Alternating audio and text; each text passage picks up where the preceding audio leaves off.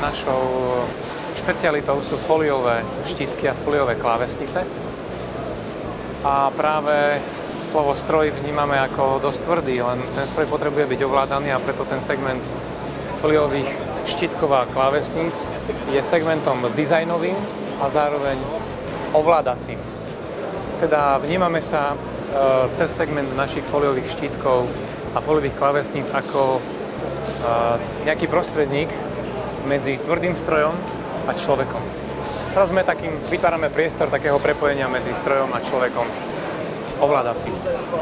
Strojárenský veľtrh je stále pre nás takou príležitosťou počúvať ľudí, akým spôsobom chcú tie stroje ovládať, či už ergonomickým nejakým vplyvom, alebo grafickým, a toto my zapracovávame potom do našich technológií ďalej.